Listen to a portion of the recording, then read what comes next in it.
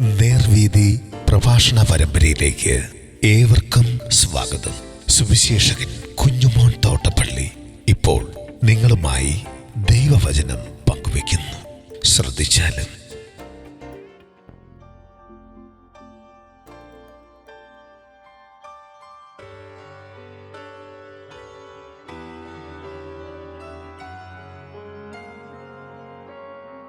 പച്ചമരമായ യേശു.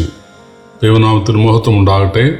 ലൂക്കോസിന്റെ സുവിശേഷം 23-ാം അധ്യായത്തിന്റെ 27 മുതൽ 30 വരെ ഞാൻ വായിക്കുന്നത് ശ്രദ്ധിച്ചാലും, ഒരു വലിയ ജനസമൂഹവും അവനെ ചൊല്ലി വിലപിച്ച് മുറയിടുന്ന അനേകം സ്ത്രീകളും അവന്റെ പിന്നാലെ ചെന്നു. യേശു തിരിഞ്ഞ് അവരെ നോക്കി, യെരൂശലേം പുത്രിമാരെ, എന്നെ ചൊല്ലി കരയേണ്ട, നിങ്ങളെയും നിങ്ങളുടെ മക്കളെയും ചൊല്ലി കരവീൻ. മച്ചികളും പ്രസവിക്കാത്ത ഉദരങ്ങളും കുടിപ്പിക്കാത്ത മുലകളും ഭാഗ്യമുള്ളവ എന്ന് പറയുന്ന കാലം വരുന്നു. അന്ന് മലകളോട് ഞങ്ങളുടെ മേൽ വീഴുവീൻ എന്നും കുന്നുകളോട് ഞങ്ങളെ മൂടുവീൻ എന്നും പറഞ്ഞു തുടങ്ങും. പച്ചമരത്തോട് ഇങ്ങനെ ചെയ്താൽ ഉണങ്ങിയതിന് എന്തു ഭവിക്കും എന്ന് പറഞ്ഞു. കർത്താവായ യേശുക്രിസ്തുവിനെ കുരിശിക്കുവാൻ കാൽവറി മലയിലേക്ക് കൊണ്ടുപോകുന്ന ആ സമയത്ത് യേശുക്രിസ്തുവിനെ മനസ്സിലാക്കിയിരുന്ന, യേശുവിൻ്റെ അത്ഭുതങ്ങൾ കണ്ടിട്ടുള്ള, പ്രസംഗങ്ങൾ കേട്ടിട്ടുള്ള കുറെ സ്ത്രീകൾ കരഞ്ഞ് മുറയിടുവാൻ തയ്യാറായി. മുറയിട്ടുകൊണ്ട് ആ വലിയ ജനക്കൂട്ടത്തോടു കൂടെ അനുഗമിക്കാൻ തയ്യാറായി. യേശു തിരിഞ്ഞവരോട് പറയുകയാണ്, യെരൂശലേം പുത്രിമാരെ, എന്നെ ചൊല്ലി കരയേണ്ട, നിങ്ങളെയും നിങ്ങളുടെ മക്കളെയും ചൊല്ലി കരവീൻ. പ്രസവിക്കാത്തവരും കുടിപ്പിക്കാത്ത മുലകളും ഭാഗ്യമുള്ളവ എന്ന് പറയുന്ന കാലം വരുന്നു. അന്ന് അവർ മലകളെ ഞങ്ങളെ മൂടുവീൻ, പാറകളെ ഞങ്ങളെ മൂടുവീൻ എന്ന് പറയാൻ ഇടയാകും. പച്ചമരത്തോട് ഇങ്ങനെ ചെയ്താൽ ഉണങ്ങിയതിന് എന്ത് സംഭവിക്കും? യേശു പറയുകയാണ്, നിങ്ങളെയും നിങ്ങളുടെ മക്കളെയും ചൊല്ലി കരവീൻ. എന്താണ് അങ്ങനെ പറയാൻ കാരണം?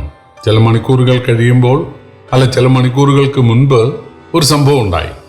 പീലാത്തോസിന്റെ മുൻപാകെ, പ്രജാതിയായ പീലാത്തോസിന്റെ മുൻപാകെ യഹൂദ മഹാപുരോഹിതന്മാരും ശാസ്ത്രിമാരും അല്ലെങ്കിൽ മൂപ്പന്മാരും യേശുക്രിസ്തുവിന് എതിരെ കള്ളസാക്ഷ്യം പറയുകയും യേശുവിനെ കൊല്ലാൻ ഗൂഢാലോചന ചെയ്യുകയും ചെയ്യുന്ന സമയത്ത് പീലാത്തോസ് ജനത്തോട് പറഞ്ഞത്, ഇവൻ ചെയ്ത കുറ്റമൊന്നും എനിക്ക് ബോധ്യമായിട്ടില്ല, ഇവൻ എന്ത് തെറ്റാണ് ചെയ്തത് എന്ന് ആവർത്തിച്ച് ചോദിച്ചു. അവർക്ക് മറുപടിയില്ല. അവർക്കാകെ പറയാനുള്ളത് അവനെ കുരിശിക്കുക എന്നാണ്. അപ്പോൾ പീലാത്തോസ് ആവർത്തിച്ച് പറയുകയാണ്, ഇത് നിങ്ങളുടെ രാജാവാണ്, നിങ്ങളുടെ രാജാവിനെ ഞാൻ എന്ത് ചെയ്യണം? ക്രിസ്തു എന്ന രാജാവാണ്, ഞാൻ എന്ത് ചെയ്യണം?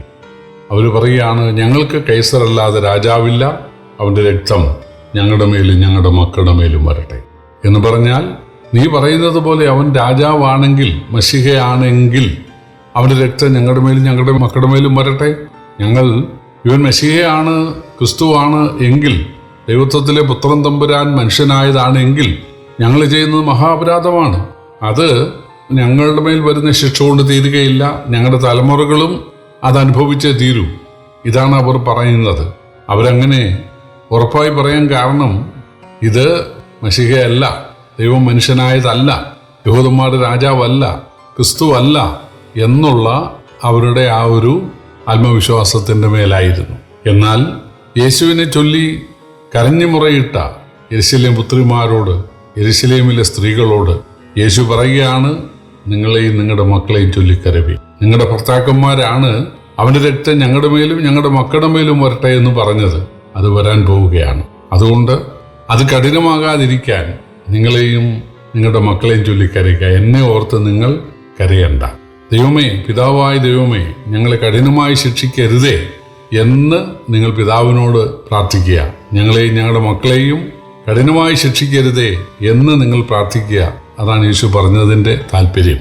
പ്രത്യേകിച്ച് യെരൂശലേം ദേവാലയത്തിനും യെരൂശലേം പട്ടണത്തിനും വരാൻ പോകുന്ന നാശത്തെക്കുറിച്ച്, ആസന്നഭാവിയിൽ വരാൻ പോകുന്ന നാശത്തെക്കുറിച്ചാണ് യേശു പറഞ്ഞത്. അപ്പോൾ അവര് ഓടാനിടയാകും. പക്ഷേ ഗർഭിണികൾ എങ്ങനെ ഓടും? മുല കുടിപ്പിക്കുന്നവർ കുഞ്ഞുങ്ങളുമായിട്ട് എങ്ങനെ ഓടും? അതാണ് യേശു പറഞ്ഞത്. ഗർഭിണികൾക്കും മുല കുടിപ്പിക്കുന്നവർക്കും അയ്യോ കഷ്ടം, ഗർഭിണികളല്ലാത്തവരും കുടിപ്പിക്കുന്ന മുലകളില്ലാത്തവരുമായവർ ഭാഗ്യമുള്ളവർ എന്ന് പറയുന്ന ഒരു കാലമാണ് വരാൻ പോകുന്നത്. കാരണം നിങ്ങളെല്ലാം ഓടാനിടയാകും. നിങ്ങൾ മലകളിലേക്കാണ്, പാറക്കൂട്ടങ്ങളിലേക്കാണ് ഓടാൻ പോകുന്നത്. അപ്പോൾ അവിടെ ആളുകൾ നിങ്ങളെ ഉപദ്രവിക്കാൻ വരുമ്പോഴാണ് നിങ്ങൾ പറയാൻ പോകുന്നത്, പാറകളെ ഞങ്ങളെ മൂടുവീൻ, കുന്നുകളെ ഞങ്ങളെ മൂടുവീൻ, ഞങ്ങളുടെ മേൽ വീഴുവീൻ എന്നാണ് ഇതിൻ്റെ അർത്ഥം. എന്ന് പറഞ്ഞാൽ പുറജാതികൾ ഞങ്ങളെ വന്ന്, റോമ പടയാളികൾ ഞങ്ങളെ വന്ന് കൊല്ലുന്നതിന് മുമ്പ്, വെട്ടിക്കൊല്ലുന്നതിന് മുമ്പ് ഞങ്ങളെ മൂടുവാൻ നിങ്ങൾക്കിടയാകട്ടെ എന്ന് പാറകളോട് അവർ പ്രാർത്ഥിക്കുമെന്നാണ് യേശു പറഞ്ഞത്. എന്നിട്ട് യേശു പറയുകയാണ്, പച്ചമരത്തോട് ഇങ്ങനെ ചെയ്താൽ ഉണങ്ങിയതിന് എന്ത് സംഭവിക്കും? താൻ പച്ചമരമാണ്.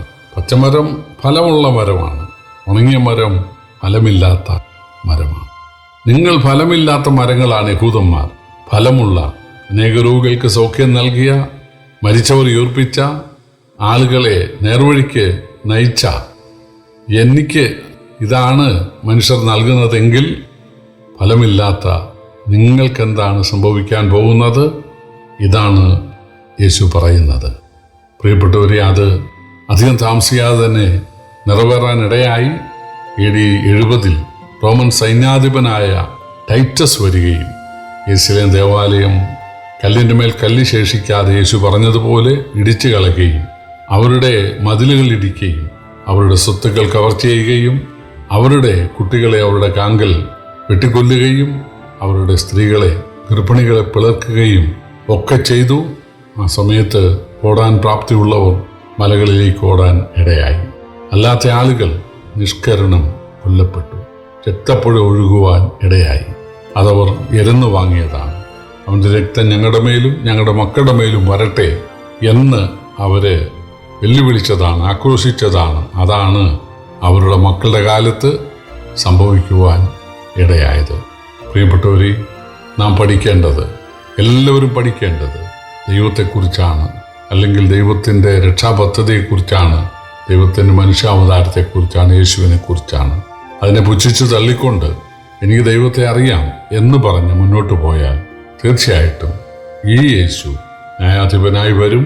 അവൻ ന്യായം വിധിക്കും. അന്ന് രക്ഷിക്കാൻ ആരും ഉണ്ടാകുകയില്ല. ഒരു മലയ്ക്കും പാറയ്ക്കും നിങ്ങളെ രക്ഷിക്കാൻ കഴിയുകയില്ല. അതാണ് യേശു പറഞ്ഞതിൻ്റെ താല്പര്യം. കർത്താവ് നമ്മെ സഹായിക്കട്ടെ. കർത്താവിൻ്റെ വലിയ നാമം വാഴ്ത്തപ്പെടുമാറാകട്ടെ.